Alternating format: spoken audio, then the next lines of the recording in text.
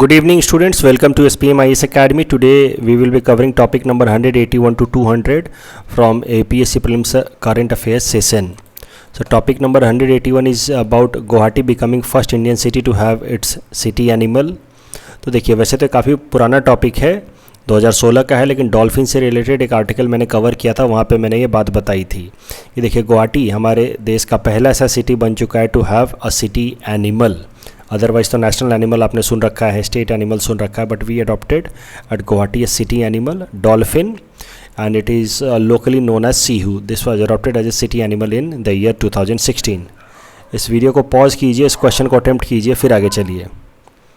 Topic number 182 is about electoral bonds. तो electoral bonds briefly समझा देता हूँ, फिर पीटी पॉइंट ऑफ व्यू से देखेंगे। देखिए मान लीजिए अगर ये कोई डोनर है जो किसी पॉलिटिकल पार्टी को कुछ डोनेट करना चाहता है, कैश अमाउंट डोनेट करना चाहता है, तो अभी ये इलेक्टोरल बॉन्ड की मदद से पॉलिटिकल पार्टी को डोनेशन कर सकता है। ये जाएगा स्टेट बैंक ऑफ इंडिया में और वहाँ पे मान लीजिए 1 लाख रुपए जमा कराएगा, उसके बदले में इसको इलेक्टोरल बॉन्ड्स मिलेंगे और वो इलेक्टोरल बॉन्ड्स ले जाकर के इस पॉलिटिकल पार्टी को वो दे देगा और पॉलिटिकल पार्टी फिर ये इलेक्टोरल बॉन्ड को ले जाकर के स्टेट बैंक ऑफ इंडिया से इन कैश करा लेगी। तो इस तरीके से ये कैश डोनेशन कर सकते हैं, ये मॉनिटरी डोनेशन कर सकते हैं किसी भी पॉलिटिकल पार्टी को, और इससे फिर ब्लैक मनी भी कम होगा और इलेक्शन के अंदर जो ब्लैक मनी का एक्सेसिव यूज होता है उसको कुछ हद तक कंट्रोल किया जा सकता है, क्योंकि बैंक के थ्रू ये ट्रांजैक्शन हो रहा है। तो every transaction is being recorded in the bank and in that way black money use during elections can be brought down. तो इलेक्टोरल बॉन्ड स्कीम्स के बारे में समझते हैं। देखिए 2018 में लाया गया था। अब इसके बाद देखिए cash donation to a political party can be done at max ₹2000 at a time. तो अगर इसी के जगह पे इस इंसान को बोलता है कि नहीं मुझे तो इलेक्टोरल बॉन्ड नहीं देना है, सीधा सीधा कैश देना है इस पॉलिटिकल पार्टी को, तो एक बार में वो 2000 रुपये से ज़्यादा नहीं दे सकता था। वो बात अलग है कि 2-2000 रुपये करके वो बहुत बार डोनेशन कर सकता है, लेकिन एक बार में 2000 रुपये से ज़्यादा वो डोनेशन नहीं कर सकता था।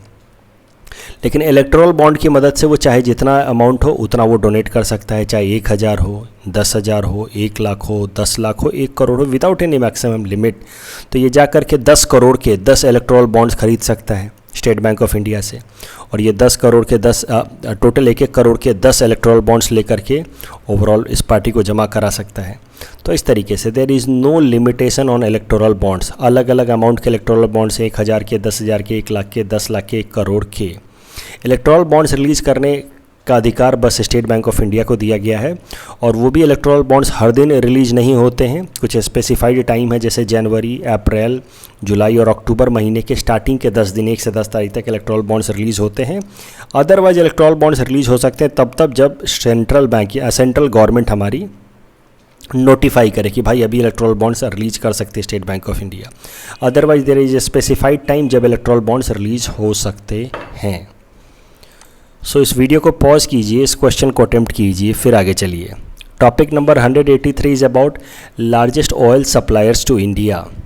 तो ये करंट न्यूज़ बस यही था कि अमेरिका से अब इंडिया ज़्यादा ऑयल ख़रीदने लगा है, और इसके कारण अब America has become second largest oil supplier to India. अभी भी सबसे largest oil supplier to India is Iraq. तो ध्यान रखना, इराक हमारे देश का सबसे बड़ा ऑयल सप्लायर है। दूसरे नंबर पे सऊदी अरबिया हुआ करता था, लेकिन हाल फिलहाल में सऊदी अरबिया नीचे जा चुका है और दूसरे नंबर पे आ चुका है यूएस। तो यही न्यूज़ था। तो पीटी पॉइंट ऑफ व्यू से जो बातें ध्यान में रखनी है, India's largest oil supplier is Iraq. अगर पूरे दुनिया भर में बात की जाए तो US is largest oil producer in the world. पूरे दुनिया का लगभग 20% ऑयल अकेला यूएस प्रोड्यूस करता है। अगर ऑयल रिजर्व्स की बात की जाए तो Venezuela has largest oil reserves in the world. इस वीडियो को पॉज कीजिए, इस क्वेश्चन को अटेम्प्ट कीजिए, फिर आगे चलिए। Topic number 184 is about cheque truncation system. तो देखिए चेक ट्रंकेशन सिस्टम का मतलब है कि कैसे चेक क्लियर होता है। ध्यान से समझिए इस वीडियो को, इस यहाँ पे देखिए इस इमेज को। मान लीजिए कि आपका एक दोस्त है जिसने आपको सिटी बैंक का चेक दिया, ये आप हैं, आपको उसने सिटी बैंक का चेक दिया, लेकिन आपका अकाउंट है स्टेट बैंक ऑफ इंडिया में। तो आप क्या करेंगे, ये सिटी बैंक वाला चेक अपने स्टेट बैंक ऑफ इंडिया में जमा कर देंगे।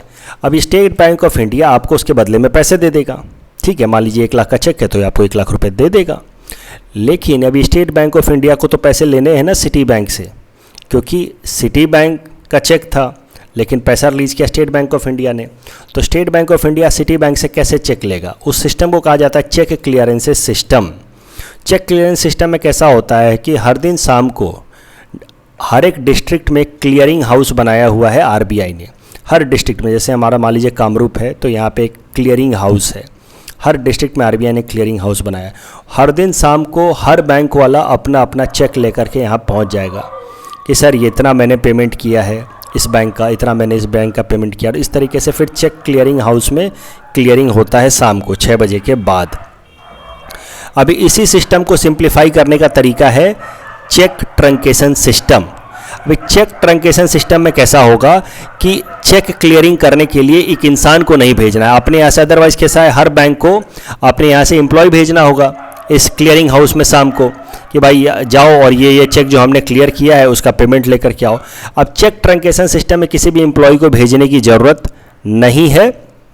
चेक ट्रंकेशन सिस्टम में कैसा है कि आप अपने चेक का जो पेमेंट आपने किया है अलग अलग बैंक का, आपका मान लीजिए स्टेट बैंक ऑफ इंडिया लेकिन आपने सिटी बैंक का पेमेंट किया है, तो उस चेक का आप स्कैन कॉपी भेज दीजिए क्लियरिंग हाउस में। प्लस उस चेक के नीचे यहाँ पे एक MICR कोड होता है, magnetic ink character recognition code. वो MICR code number plus cheque का स्कैन कॉपी भेज दीजिए क्लियरिंग हाउस में, अपने आप क्लियरिंग हो जाएगा। और इसी को कहा जाता है चेक ट्रंकेशन सिस्टम। मतलब आप समझिए कि ऑनलाइन चेक क्लियरिंग सिस्टम को कहा गया चेक ट्रंकेशन सिस्टम। अब कैसा है कि ये चेक ट्रंकेशन सिस्टम हमारे देश में कुछ बैंक्स कर रहे थे, कुछ नहीं कर रहे थे। आरबीआई ने कहा है कि 30 सितंबर तक हर ब्रांच को हमारे देश के उनको चेक ट्रंकेशन सिस्टम को अडॉप्ट कर लेना है। मतलब 30 सितंबर के बाद से ये नहीं होगा कि इंडिविजुअल एम्प्लॉय जाकर के क्लियरिंग हाउस में जाकर के चेक क्लियर कराएगा, ऐसा 30 सितंबर के बाद नहीं होगा। तो पीटी पॉइंट ऑफ व्यू से जो बातें ध्यान में रखनी है, cheque truncation system is a faster method of cheque clearance. इसमें कैसा है, बैंक को अपना एम्प्लॉय नहीं भेजना क्लियरिंग हाउस में, rather they have to send a scan copy of the cheque and MICR data to the office of clearing house. ये जो MICR डाटा है ना, एक स्पेशल तरह के इंक से बना है, आयरन ऑक्साइड इंक से, जिससे कंप्यूटर इसको आराम से रीड कर ले। तो आयरन ऑक्साइड इंक से ये MICR डाटा बना हुआ है। और आरबीआई ने हाल फिलहाल में क्या कहा है कि हर बैंक को ये चेक ट्रंकेशन सिस्टम अडॉप्ट करना है बाय 30 सितंबर। वीडियो को पॉज कीजिए, इस क्वेश्चन को अटेम्प्ट कीजिए, फिर आगे चलिए। Topic number 185 is about world's tallest railway bridge. तो ध्यान से समझिए, एक रेलवे ब्रिज बनी है मणिपुर में, that is world's tallest pier bridge. Pier ये होता है, ये पिलर। तो ये रेलवे ब्रिज की खासियत क्या है कि इसके अंदर जो पियर लगा है वो वर्ल्ड का सबसे ऊंचा पियर ब्रिज है। पियर, ये पिलर, तो इसकी पियर की हाइट है 141 मीटर। जो सबसे ऊंचा वाला पियर है वो है 141 मीटर। तो world's tallest pier bridge is in Manipur over Ijai river, और जो टॉलेस्ट पियर है उसकी हाइट है 141 मीटर। लेकिन वर्ल्ड्स टॉलेस्ट रेलवे ब्रिज की अगर बात की जाए तो वो बना है चेनाब रिवर के ऊपर इन जम्मू एंड कश्मीर, जिसको चेनाब ब्रिज भी कहते हैं, और उसकी हाइट है 359 मीटर्स। तो ध्यान से समझिए, tallest railway pier bridge is over Ijai river in Manipur, height 141 metre, build by Indian railway. World's tallest railway bridge, it's not pier bridge, it's overall railway bridge. इसमें पियर है भी नहीं, आप ध्यान से देखो तो पियर है भी नहीं। That is build over Chenab river, height 359 metre. इसको बिल्ड किया है कोंकण रेलवे कॉरपोरेशन ने। इसकी लेंथ की अगर बात की जाए तो लगभग 1315 किलोमीटर लंबा है, 1315 kilometre. It can withstand earthquake of even zone 5 magnitude and it can withstand a train speed of 266 km/h। Video को पॉज कीजिए, इस क्वेश्चन को अटेम्प्ट कीजिए, फिर आगे चलिए।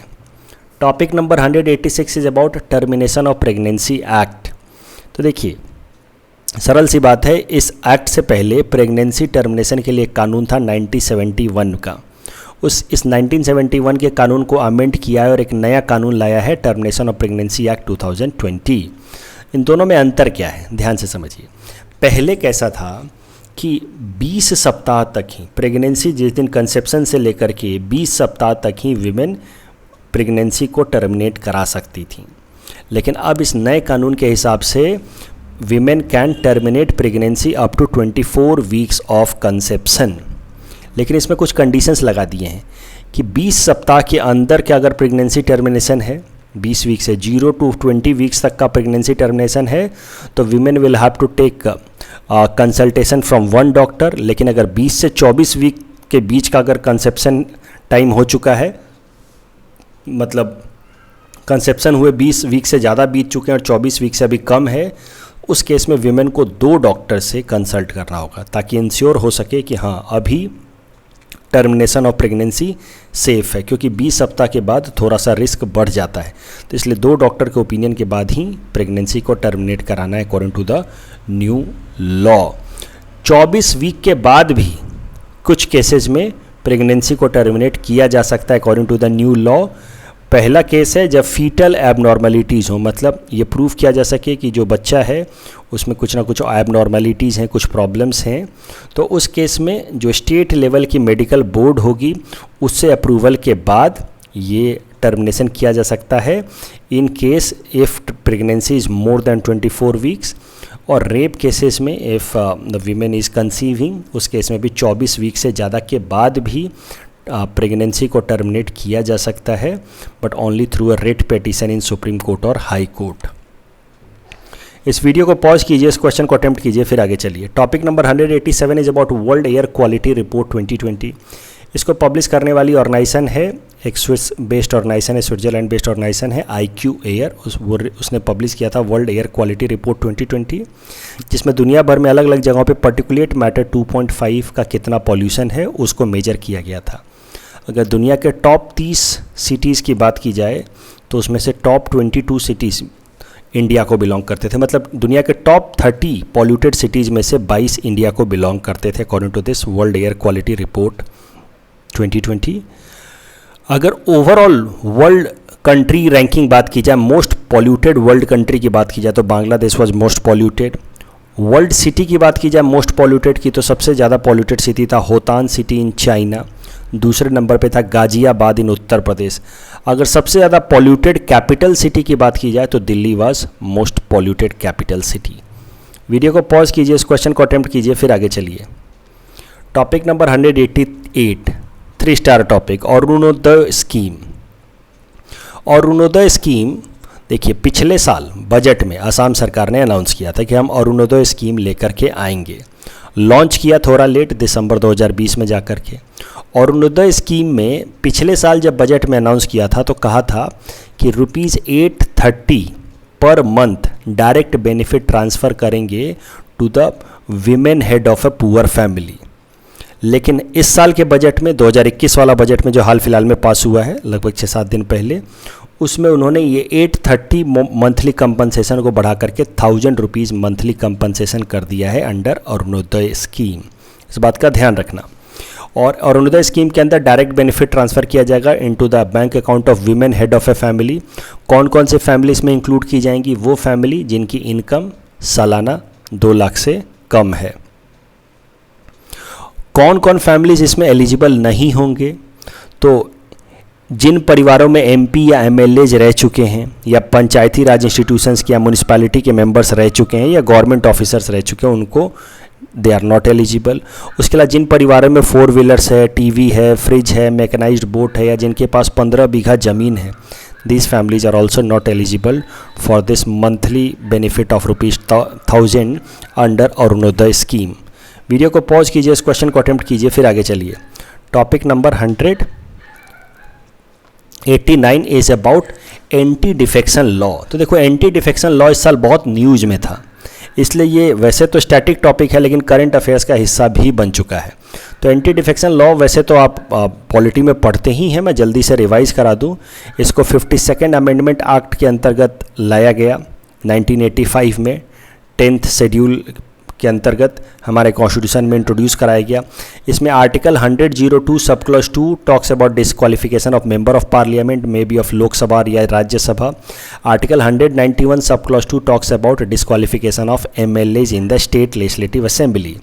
ग्राउंड्स ऑफ डिस्क्वालिफिकेशन, तो अगर कोई मेंबर जिस पार्टी से वो इलेक्शन जीतता है उस पार्टी का मेंबरशिप गिव अप कर देता है तो डिस्क्वालीफाई हो सकता है under this anti defection law. Independent candidate अगर किसी भी पॉलिटिकल पार्टी को ज्वाइन करता है तो वो डिस्क्वालीफाई हो सकता है।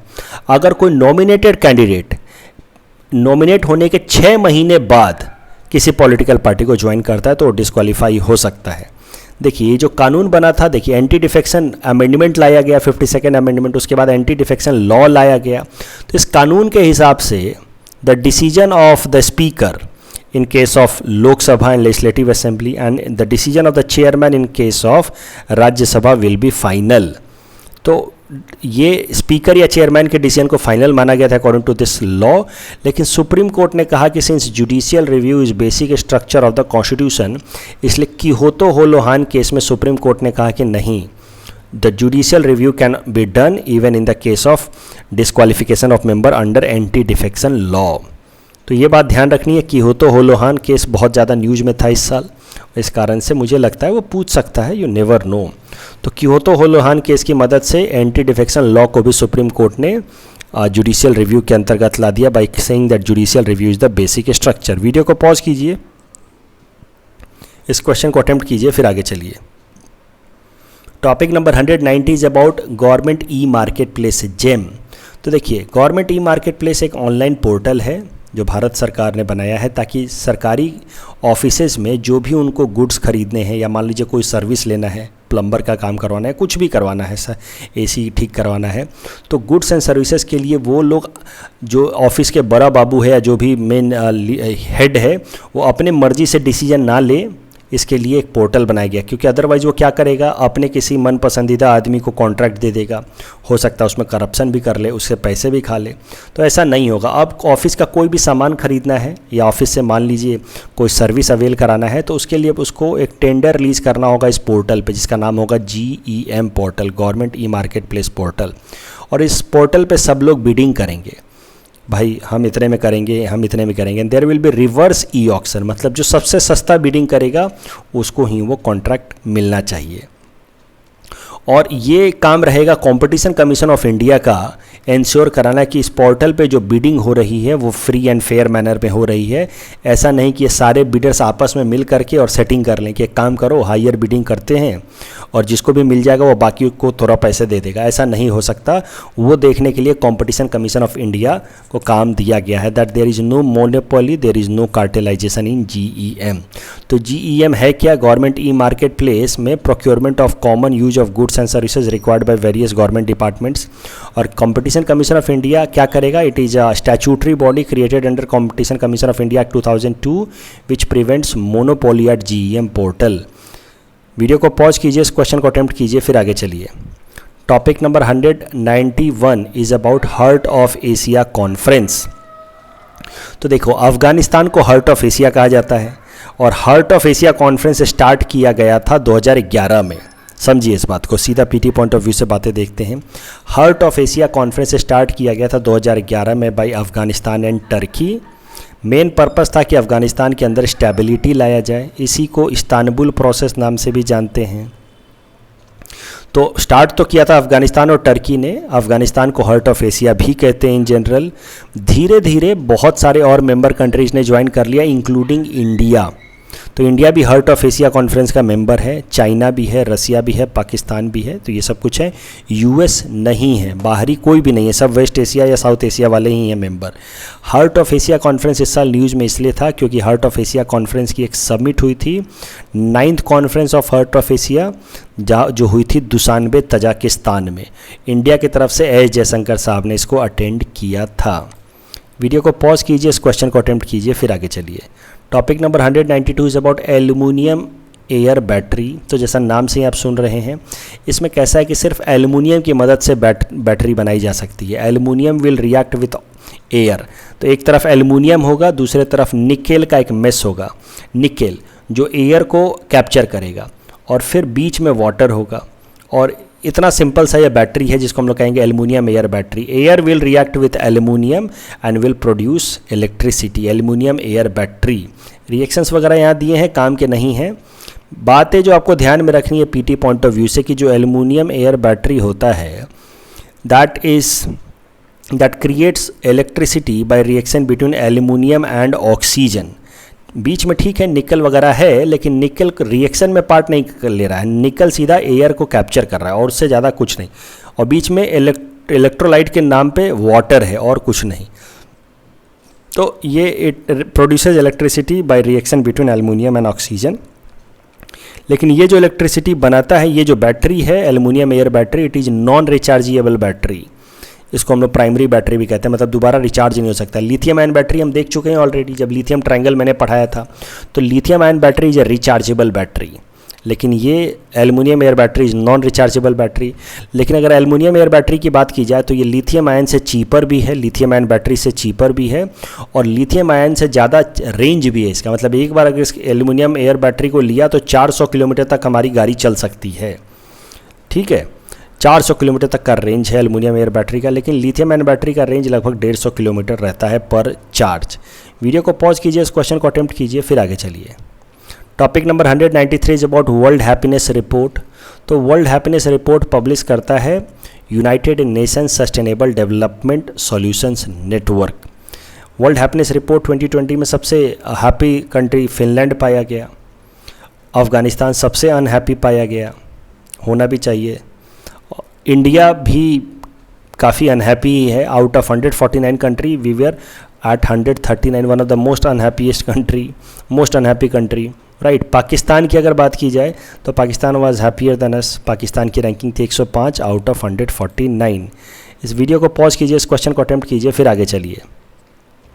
Topic number 194 is about composite water management index. तो composite water management index publish करता है NITI Aayog in collaboration with ministry of Jal Shakti. Composite water management index पहली बार पब्लिश हुआ था 2018 में, फिर दूसरी बार पब्लिश हुआ 2020 में, जिसको हम लोग कहते हैं कंपोजिट वाटर मैनेजमेंट इंडेक्स 2.0। तो कंपोजिट वाटर मैनेजमेंट इंडेक्स के हिसाब से रैंकिंग दी गई अलग अलग स्टेट्स को। Gujarat is the best performing state in non Himalayan state composite water management index ranking में।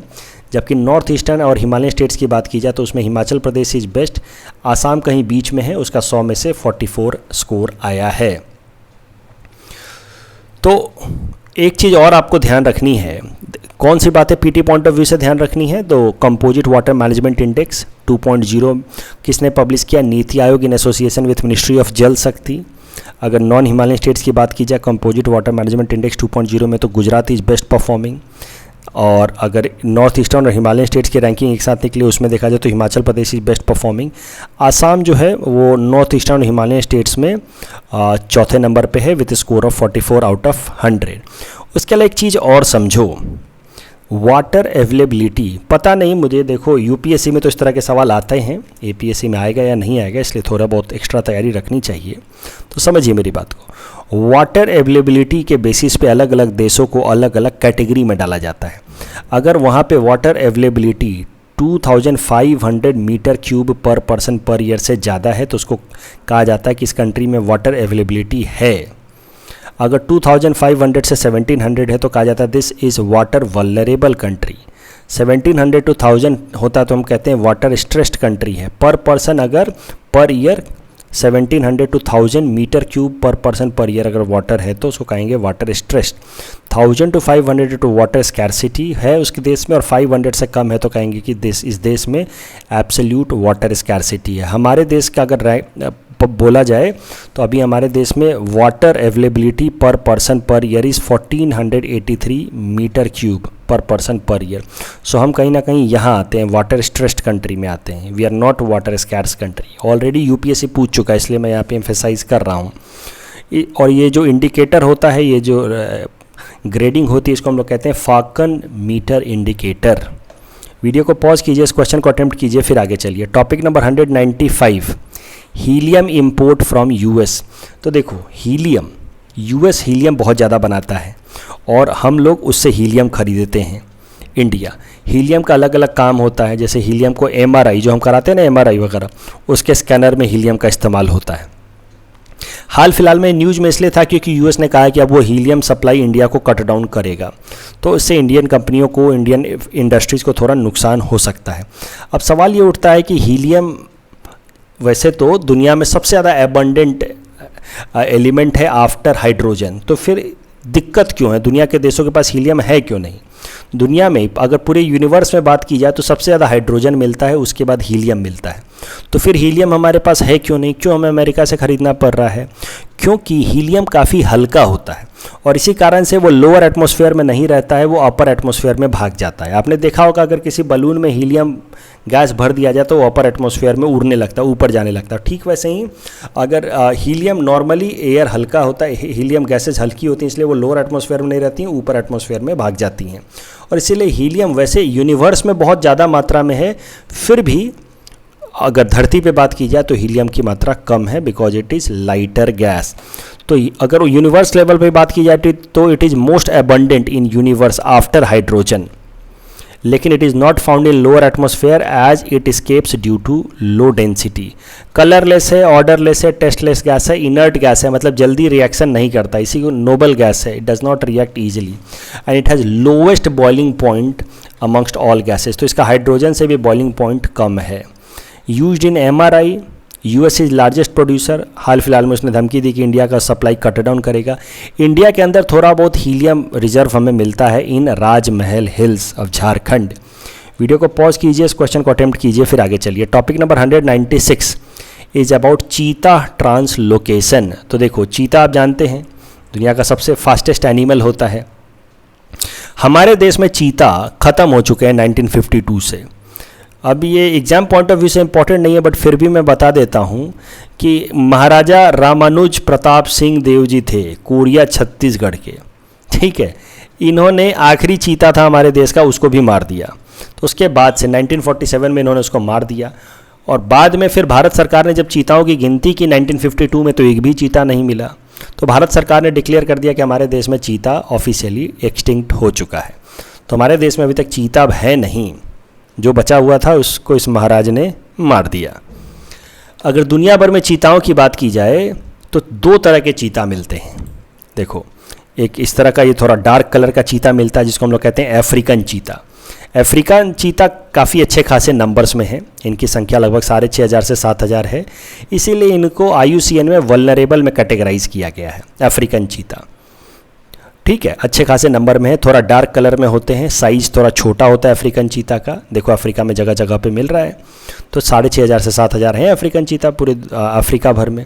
अफ्रीकन चीता, यही एशियन चीता थोड़ा सा पेल कलर का होता है, लाइट कलर का होता है, साइज़ में भी बड़ा होता है, ठीक है जी। और ये एशियन चीता जो है वो सिर्फ आज के टाइम में ईरान में मिलता है, और इसकी संख्या बहुत कम है, it's hardly 40 to 50 Asian चीताज found in Iran. इसीलिए इसका जो IUCN स्टेटस है that is critically endangered Asian चीता। अभी ये न्यूज़ में क्यों है चीता? क्योंकि अब भारत सरकार फैसला प्लान कर रही है कि कुछ अफ्रीका से चीता इंडिया मंगाया जाए, ट्रांसलोकेट किया जाए। This will be first intercontinental translocation of any large animal.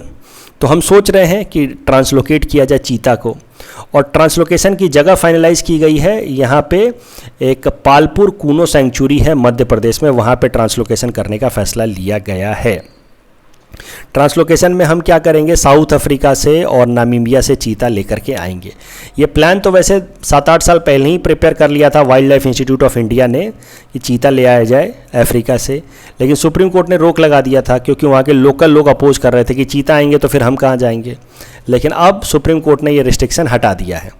तो न्यूज़ क्या है, पीटी पॉइंट ऑफ व्यू से जो बातें याद रखनी है, एक तो आप जानते ही हो कि चीता वर्ल्ड्स फास्टेस्ट लैंड एनिमल है, इंडिया में एक्सटिंक्ट हो चुका है 1952 से।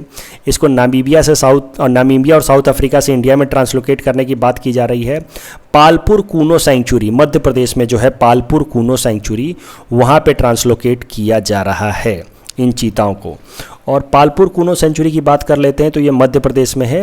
इसकी खासियत ये है, इसको 2018 में नेशनल पार्क बनाया गया था पालपुर कूनो सेंचुरी को।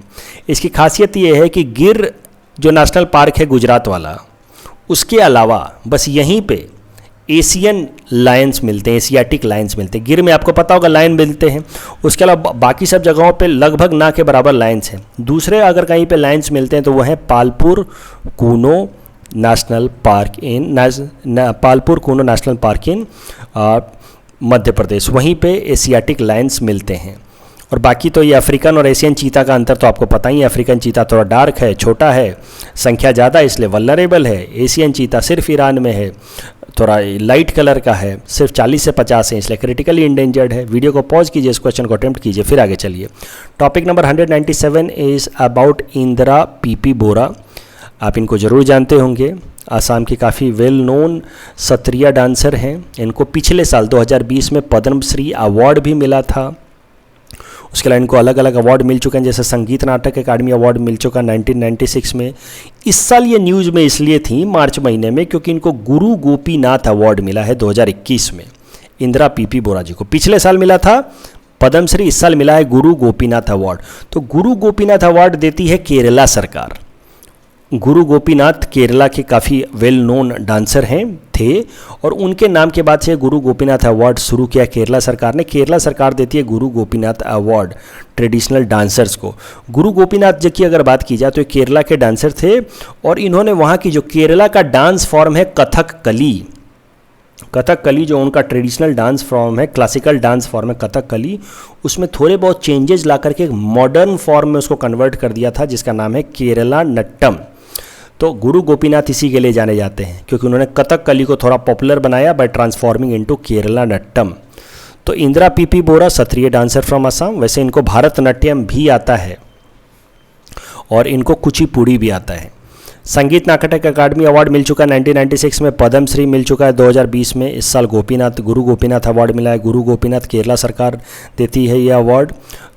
गुरु गोपीनाथ वो हैं जिन्होंने कथकली को पॉपुलराइज किया by transforming into Kerala Nattam which is more modern and more popular. Video को पॉज कीजिए, इस क्वेश्चन को अटेम्प्ट कीजिए, फिर आगे चलिए। Topic number 198 is about Gandhi peace prize. तो देखो, गांधी पीस प्राइज 1995 में शुरू किया गया था महात्मा गांधी के 125वें जन्म दिवस पे। ये गांधी पीस प्राइज को डिसाइड करने के लिए किसको दिया जाना, उसके लिए 5 लोगों की जूरी बैठती है। उस 5 लोगों की जूरी में होते हैं प्रधानमंत्री, leader of opposition, chief justice of India and 2 eminent persons. अभी हाल फिलहाल में 2021 में गांधी पीस प्राइज 2019 के लिए और 2020 के लिए दिए गए हैं। एक ही बार में 2 साल के गांधी पीस प्राइज दे दिए गए। तो 2019 के लिए गांधी पीस प्राइज दिया गया है late his majesty Sultan Qaboos bin Said al Said of Oman. तो इनकी डेथ हुई थी, तो ओमान से अच्छे संबंध बनाने थे, बोले इनको दे दो गांधी पीस प्राइज। और 2020 का, दोनों दिए गए एक ही साथ लेकिन अलग अलग सालों के लिए। 2020 का गांधी पीस प्राइज दिया गया शेख मुजीबुर रहमान को, जो who is known as father of Bangladesh. Sheikh Hasina जो मौजूदा प्रधानमंत्री, उनके फादर, ठीक है जी। इनको बंगबंधु शेख मुजीबुर रहमान कहते हैं। इस गांधी पीस प्राइज में 1 करोड़ का कैश अवार्ड मिलता है इस तरह का, फिर एक साइटेशन भी मिलता है। तो ध्यान रखना, Gandhi peace prize 125th anniversary of Mahatma Gandhi से शुरू किया गया है। 5 लोगों की जूरी होती है, प्रधानमंत्री, leader of opposition, chief justice of India and 2 eminent person. 2019 का गांधी पीस प्राइज दिया गया है majesty Sultan Qaboos bin Said al Said of Oman, right. And 2020 का बंगबंधु शेख मुजीबुर रहमान 1 करोड़ का कैश प्राइज। वीडियो को पॉज कीजिए, इस क्वेश्चन को अटेम्प्ट कीजिए, फिर आगे चलिए। Topic number 199 is about vulture population. तो हमारे देश में वल्चर का पॉपुलेशन बहुत ज़्यादा गिरा, बाई 97% तक कम हो गया वल्चर का पॉपुलेशन 1992 से 2007 के बीच में। इनफैक्ट 4 करोड़ से वल्चर्स की पॉपुलेशन घट के 4 लाख हो गई। आप सोचो कितना कम हो गया वल्चर पॉपुलेशन। तो बाद में जब इंक्वायरी की गई तो पता चला कि वल्चर का पॉपुलेशन इसलिए गिर रहा है क्योंकि डाइक्लोफेनाक नाम का हम लोग एक पेन किलर देते हैं कैटल्स को, और जब कैटल्स मर जाते हैं उनके बॉडी में डाइक्लोफेनाक रह जाता है, और ये वल्चर्स उन कैटल्स को खाते हैं, और ये जो डाइक्लोफेनाक उनकी बॉडी में चला जाता है वल्चर्स के, और फिर उनकी किडनी फेल हो जाती है इन वल्चर्स की। तो diclofenac was found responsible behind such a huge decline in vulture population. 4 crore से 4 लाख। डाइक्लोफेनाक अ पेन किलर इन कैटल्स। तो फिर डाइक्लोफेनाक को बैन किया गया। उसके अलावा वल्चर कंजर्वेशन प्रोग्राम चलाया गया 2006 से 2020 तक, तब जाकर के वल्चर पॉपुलेशन थोड़ा स्टेबलाइज हुआ है।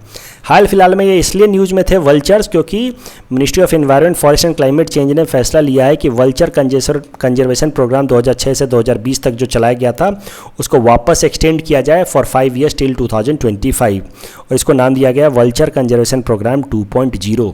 अब एक और बात ध्यान से समझो, वैसे तो वल्चर्स के 9 तरह के स्पीसीज होते हैं, 9 के 9 मैं याद करने को नहीं कह रहा, लेकिन 4 याद कर लो कम से कम जो क्रिटिकली इंडेंजर्ड हैं। वाइट बैक्ड वाला क्रिटिकली इंडेंजर्ड है, oriental white backed vulture critically endangered है, स्लेंडर बिल्ड, इसका गर्दन देखो कितना पतला है। स्लेंडर बिल्ड क्रिटिकली इंडेंजर्ड है। लॉन्ग बिल्ड क्रिटिकली इंडेंजर्ड है। उसके अलावा रेड हेडेड भी क्रिटिकली इंडेंजर्ड है। लेकिन इजिप्शियन वल्चर क्रिटिकली इंडेंजर्ड नहीं है, इंडेंजर्ड है। वीडियो को पॉज कीजिए, इस क्वेश्चन को अटेम्प्ट कीजिए, फिर आगे चलिए। Topic number 200 is about 67th national film award. तो 2019 के लिए नेशनल फिल्म अवार्ड इस साल दिए गए हैं 2021 को, क्योंकि 2020 में दे नहीं पाए कोरोना के कारण। This is 67th national film award. जो बातें याद रखनी पीटी पॉइंट ऑफ व्यू से, कि बेस्ट एसामीज फिल्म का अवार्ड दिया गया है रोनुआ फिल्म को, Ronuwa who never surrender, best Assamese film. This has been directed by Chandra Mudoi. उसके अलावा best Mising film has been का अवार्ड किया है अनुरुवाद को। Sikkim has been awarded with Rajat Kamal, that is the most film friendly state. अगर ओवरऑल बात की जाए तो बेस्ट एक्टर का अवार्ड दिया गया है मनोज वाजपेयी को और धनुष को, और बेस्ट एक्ट्रेस का कंगना रनौत को। और बेस्ट फिल्म अवार्ड दिया गया है मरक्कर आरंबिकलदे सिम्हम। ये नहीं आना चाहिए, आना चाहिए बेस्ट एसएमईज ही आना चाहिए, तो बेस्ट एसएमईज अवार्ड याद रखना। उसके अलावा एक और चीज़ याद रख लो, क्या पता आ जाए, कि स्पेशल मेंशन कैटेगरी में Assamese film actor Benjamin Daimary has been awarded for his role in the film Jonaki Porua. तो इस टॉपिक के बेसिस पे ये प्रैक्टिस क्वेश्चन है, इस क्वेश्चन को अटेम्प्ट कीजिए, कमेंट सेक्शन में आंसर दीजिए। आज के लिए बस इतना ही, कल हम लोग इससे आगे चलेंगे। Thank you for watching.